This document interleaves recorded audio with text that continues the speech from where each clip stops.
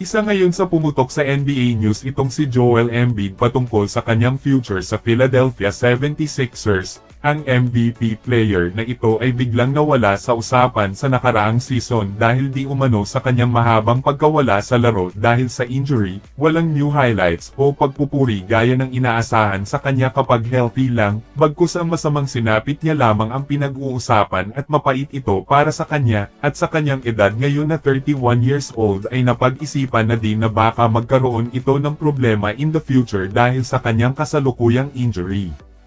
Hindi katulad dati sa kanyang solidong ipinakita, doon natin napagtanto na kakaiba ang nag-iisang Joel Embiid sa liga, nanalo ito noon ng NBA MVP season, isang patunay yan na kakaiba din ang kanyang ipinamalas na husay sa basketball. Ang kanyang ginawa para sa Philadelphia 76ers ay aminado na hindi ito matatawaran, mailap man para kay Joel Embiid ang kampyonato pero sa kanyang mga natapos para sa koponan ay masasabing nagkampyon na rin ito para sa kanyang sarili na natupad ang inaasahan sa kanya. Ang 31 years old na sentro ay literal na naging mapait ang sinapit sa dalawang magkasunod na season pagkatapos niya manalo sa NBA MVP. Naglaro lamang si Joel Embiid ng 58 games across the last 2 regular season games.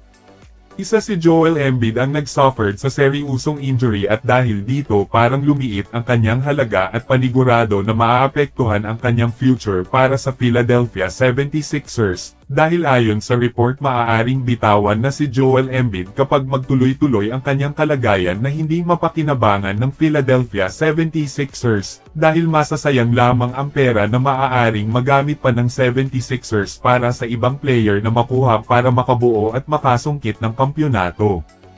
Tila lumipas na ang prime ni Joel Embiid sa koponan dahil kung noon mahalaga siya pero ngayon biglang tumiklop at mauwi pa yata sa biglaang pagbitaw sa kanya ng Philadelphia 76ers.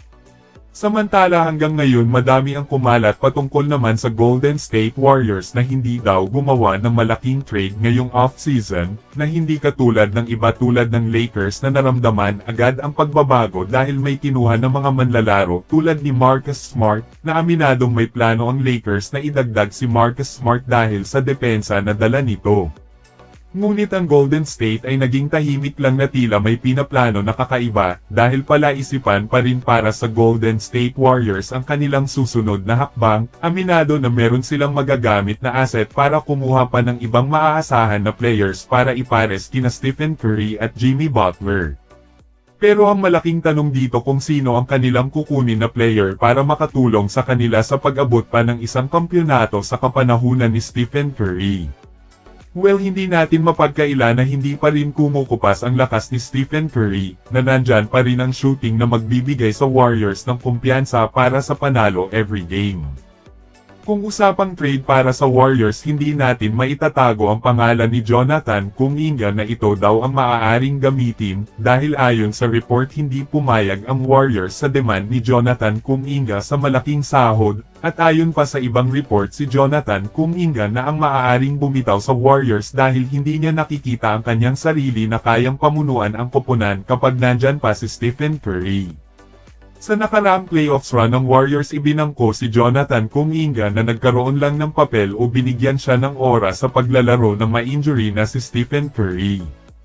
Isa ngayon sa rumors para sa Warriors itong si Giannis Antetokounmpo na ito daw ay pinaghahandaan na ng Warriors, at isa si Jonathan Kuminga ang magiging daan ng Warriors upang mabingwit si Giannis Antetokounmpo. Well, kung kayo ang tatanungin, sang-ayon ba kayo na mawawala si Jonathan Kuminga sa Warriors kapalit ni Giannis Antetokounmpo?